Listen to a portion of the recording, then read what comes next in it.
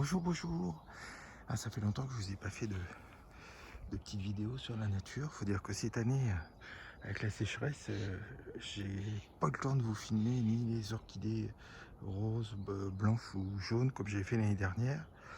Je suis allé voir le lys martigon que je vous avais filmé aussi. Apparemment, il a été rongé par des gendarmes. Ce qu'on appelle des gendarmes, c'est des petites bêtes un peu plus longues que... c'est gros comment ça? Un peu plus longues qu'une coccinelle, qui sont noirs avec des points rouges. Et au rouge, il y a des... oui. Et c'est vraiment eux et leurs larves qui mangent les lys. Alors, tout, les feuilles, les fleurs, les petites tiges, il reste que la tige centrale. Et là, c'était exactement ce qui restait sur les lys. Je pense que je suis pas allé le voir assez tôt, sinon j'aurais enlevé. Alors, les oiseaux ne s'attaquent pas aux larves parce qu'ils produisent une espèce de graisse autour d'eux qui doivent être leur excrément. Et évidemment, ça dissuade les oiseaux de les manger. Voilà. Sinon, si vous avez ça dans votre jardin, vous enlevez à la fois les parents, hein, les insectes rouges et noirs, et puis les larves, qui sont des petites larves, un peu comme toutes les larves des vers, mais qui sont entourées de cette espèce de truc qu'on dirait de la graisse pour voiture. Voilà. Et ça, si vous voyez ça sur le lys, ce sont les larves, et aussi bien les adultes que les larves. Les lys ne résistent pas. Donc vous virez tout. Vous les noyez en fait, hein. Comme ça vous êtes tranquille. En général vous avez une fois, même pas deux à faire, et puis vous êtes tranquille, sinon vous aurez rien. Voilà, alors là du coup je vous fais cette vidéo sur le lever du soleil. Il est en 5h30, 6h je crois. Voilà. Et je le fais parce que j'ai pas dormi encore cette nuit. C'est une parenthèse. J'ai remarqué j'avais bien dormi hier. J'avais dû dormir... ouais, j'ai dû faire une nuit de 7 heures, c'est merveilleux. C'est une parenthèse. Voilà, donc vous voyez un petit peu le soleil qui se lève déjà sur la montagne. Voilà. Et nous, on va quasiment pas l'avoir le matin, parce qu'il y a les arbres et tout, il va de l'autre côté, hein, il se lève par là. Et c'est l'après-midi simplement, quand il va se lever, que ça va éclairer ce côté-là. Alors c'est toujours sympa. C'est sympa aussi quand il y a de la neige. Vous voyez qu'il en reste très peu, il y a une petite tache au centre là. Mais l'année dernière à cette époque-ci, il y en avait beaucoup plus. Voilà, mais cette année, il y a une sécheresse. Et... vous voyez, regardez l'herbe. On n'avait pas connu ça du tout l'été dernier, hein, c'était resté bien vert et tout. Et là, absolument pas, c'est vraiment la sécheresse. Et ça a commencé au mois de juin, et c'est pour ça qu'en fait, on n'a pas le temps. J'ai pas le temps de faire une vidéo sur des orchidées. Et ils y sont passés, ils ont fleuri à peu près une semaine. L'année dernière, on les avait au moins 3 semaines. J'avais eu le temps de les voir et tout, y compris les jaunes. Là, rien. C'est hallucinant la vitesse à laquelle tout a fleuri, tout a été cramé. J'ai même pas eu le temps de filmer les qui sont devant les lupins, parce que il y a juste eu 2 ou 3 jours. Heureusement il y a eu la pluie, ça a retardé, mais ils sont guère restés en fleurs qu'une semaine. C'est assez impressionnant. Voilà, donc vous voyez le soleil qui avance. Alors j'ai lâché mes 2 minets. On essaye autre chose avec Cristalline. C'est toujours le 3e jour qu'elle passe sa nuit dehors. Donc on va la faire sortir que 2 jours. Et puis 2 jours sans sortir. Mais lui aussi, c'est pas le problème. Il a trop chaud, je viens dans l'après-midi. Après, il ne demande pas à ressortir. Alors là, ils sont partis tous les deux. Si je ne pas filmé assez tôt, vous les auriez vus courir gentiment partout. Avec la queue, vous savez, moi je fais ça en tire-bouchon. Enfin, c'est une queue de babouin un peu. Ils se défoulent complètement. Ils sont méminés. Amadeus, Cristalline. Ça y est, vous êtes déjà partis. Alors, ils vont souvent par là ou par là, parce qu'en fait, c'est un ancien torrent. Je vous rappelle qu'on est entouré de barrages. Le barrage de Tignes est juste en fait derrière la montagne, parce que c'est 25 km par route.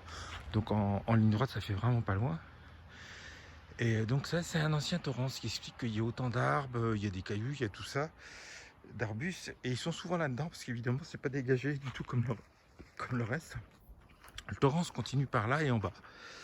Hein, c'est vraiment l'ancien torrent, ce qui explique que la maison a été construite ici, fin du 19e, parce que justement il y avait ce torrent qui circulait, qui alimentait, hein, donc les granges étaient alimentées par ce torrent. C'est pour ça qu'il y a un hameau qui s'est construit là. Voilà. Alors évidemment, là, il a été supprimé avec le barrage de Tignes et tout. Il y a un certain nombre de torrents qui n'existent plus. Donc c'est pour ça qu'il y a le garage pour voiture. Voilà. Et puis, bon, bah voilà, du coup, bah, on voit bien que c'est beaucoup plus, que c'est très en pente. Hein, et qu'il y a des tas de buissons là-dedans et tout. Il y a des rochers encore, il y a à peu près tout. Il y en a plus, des rochers en bas. Donc il passait par là, puis il descendait là. Il traversait la route, etc. Jusqu'à l'Isère en bas, quoi. Voilà. Donc là, on voit bien que c'est... je sais pas si vous voyez... enfin, c'est assez abrupt. Hein. Et je l'ai pris une fois pour remonter jusqu'au sentier un petit peu plus loin, qui traverse d'ailleurs, et il traversait vraiment les granges. C'est pour ça que les gens avaient construit là. Et donc ils sont souvent là-bas, parce qu'évidemment, il y a beaucoup de buissons et tout, souvent là-dedans, et ce qui veut dire beaucoup de petits animaux et tout. Voilà. Donc là, je sais pas où ils sont. Vous voyez, je vous montre même pas les digitales. C'est impressionnant, c'est pareil. Ils ont... regardez comme ils sont desséchés. Ils sont vraiment... ils sont restés que quelques jours. Hein, et encore, au moment où ils fleurissaient, il y a eu plusieurs jours de pluie, donc ça les a préservés. Mais tout a cramé. Donc vous voyez bien le sentier hein, qui est cramé, l'herbe et tout. Ce qui n'était pas le cas du tout l'année dernière. Tout était resté bien vert. Et du coup, les fleurs, zoup, ça... on n'a pas le temps de les voir. Ce qui est vraiment dommage, parce qu'il y a toujours les très belles fleurs. Les rouges, là, vous voyez, les roses, qui sont vraiment très jolies. Et qui... ben, on n'a pas le temps de les voir non plus, parce qu'au fur et à mesure qu'elles fleurissent, le lendemain, elles sont cuites. Voilà, donc vous voyez, ça a commencé ici. C'est pour ça que ça dure longtemps, hein, c'est parce qu'ils ont beaucoup de fleurs. Mais vous voyez, les fleurs, c'est là, qui sont abîmées, elles étaient en fleurs hier. Elles durent une journée. Alors que l'année dernière, on avait quand même une bonne partie de la rampe en même temps en fleurs. C'est assez décevant. Là, elles sont un peu plus à l'abri, donc il y a un peu plus de fleurs. Mais vous voyez que tout est cramé. Et c'est pas du tout comme l'année dernière. On a la lune qui est là. Hein. Voilà, une belle lune. Une demi-lune. Voilà. Donc, c'est assez impressionnant de voir cette année comment tout est capté. Ils sont déjà partis dans le torrent. J'ai pas le temps de les voir. Je suis pas sorti assez tôt pour les filmer en fait. J'essaierai de vous filmer demain. Vous verrez un petit peu comment ils se défoulent dès qu'ils sortent. Alors j'avais coupé tous les arbustes l'année dernière. J'ai plus qu'à recommencer. Ah, là, c'est super. Je vais en laisser un ou deux, pas plus. Mais parce que il n'y a pas tellement de soleil. Là, c'est un érable, je pense. Et donc, je vais en laisser un, c'est tout, quoi. Je vais laisser sans doute un petit érable ou un bouleau, mais pas plus. Parce que il n'y a pas tellement de soleil ici, en fait. Voilà.